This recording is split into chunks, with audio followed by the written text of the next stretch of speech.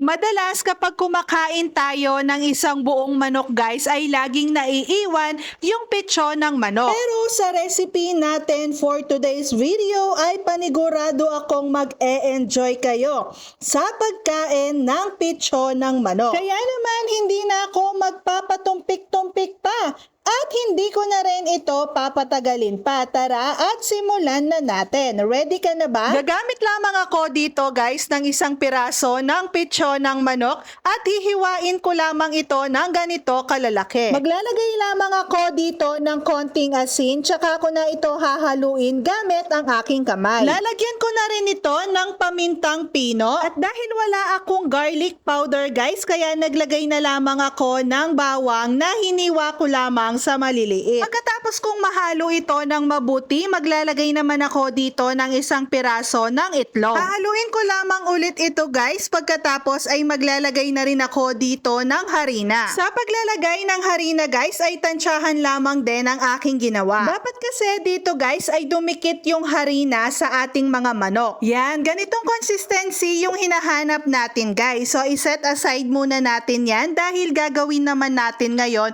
yung brothing ng ating manok. Sa isang bowl, naglagay lamang ako ng half cup ng harina, half cup ng cornstarch, paminta at konting asin. Halu-haluin lamang natin ito guys hanggang maging well distributed na yung mga sangkap na ating inilagay. Pagkatapos ay i-coat na natin dito yung ating mga manok. Sa part na to guys, kailangan ay separadong kamay ang gagamitin natin sa wet ingredients at sa dry ingredients. Kaya kung mapapansin ninyo guys, yung isang kamay ko na walang gloves, yun yung pinanghahawak ko doon sa wet ingredients natin na manok. Samantalang itong kamay ko na merong gloves guys, ay yung pinanghahawak ko or pinangko-coat ko sa ating mga manok. Basta ganon yun guys ha, isang kamay sa wet ingredients at separadong kamay naman para sa dry ingredients. So ayun guys, i-coat lamang natin lahat ng mga manok at mas makapal na coating mas maganda para mas malutong yung ating mga manok. Habang ginagawa ko naman ito guys ay nagpainit na rin ako ng mantika dito sa ating kawali. At kapag mainit na ang ating mantika ay ilalagay naman natin dito yung ating mga manok. Hintayin lamang natin itong maging golden brown guys bago natin i-flip sa kabilang side. So ayun guys, kapag naging golden brown na lahat ng sides ng ating manok ay pwede na natin itong iahon sa mantika. Pagkatapos maluto ng first batch ay susunod ko naman yung ating second batch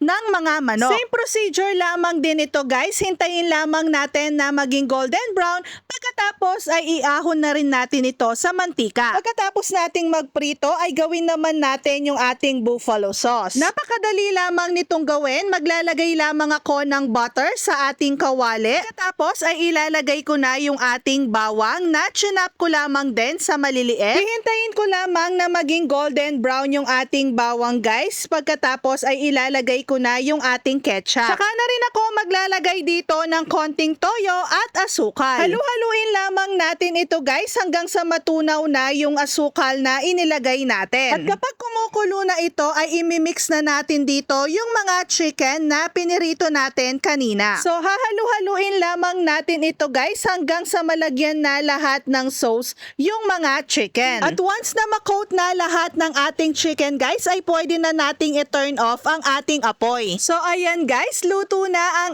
ating chicken pops with buffalo sauce. Imagine guys, ang dami kong nagawang mga chicken pops gamit lamang ang isang piraso ng pitsyon ng manok. Wala pa sa 100 pesos ang nagastos ko dito guys, pero 4 na katao na kaming nakakain dito. Kaya naman masasabi ko na isa rin ito sa mga tipid ulam ideas natin. Ano pang hinihintay ninyo guys? I-try nyo na rin ang recipe natin for today's video. Siguradong magugustuhan din ito ng inyong mga anak. At kung nagustuhan mo ang recipe natin for today's video, palike naman po at pa-share na rin ito sa inyong mga kaibigan para masubukan din nila. Yun lang. Bye!